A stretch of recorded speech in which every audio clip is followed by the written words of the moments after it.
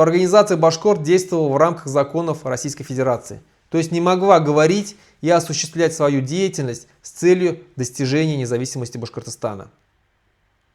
Они говорили об автономии, о расширении прав и полномочий республики, о политических, о социально-культурных и прочих проблемах, но о независимости никто никогда не говорил.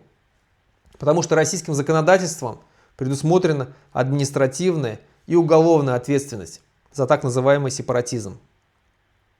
Они нас называют сепаратистами, хотя мы таковыми не являемся. Но это отдельная уже история.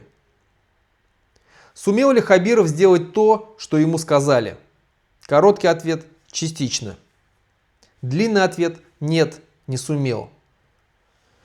Поскольку в битве за Куштау он и Россия проиграли, а запретом БО «Башкорт» они вывели башкирских националистов за российское правовое пространство.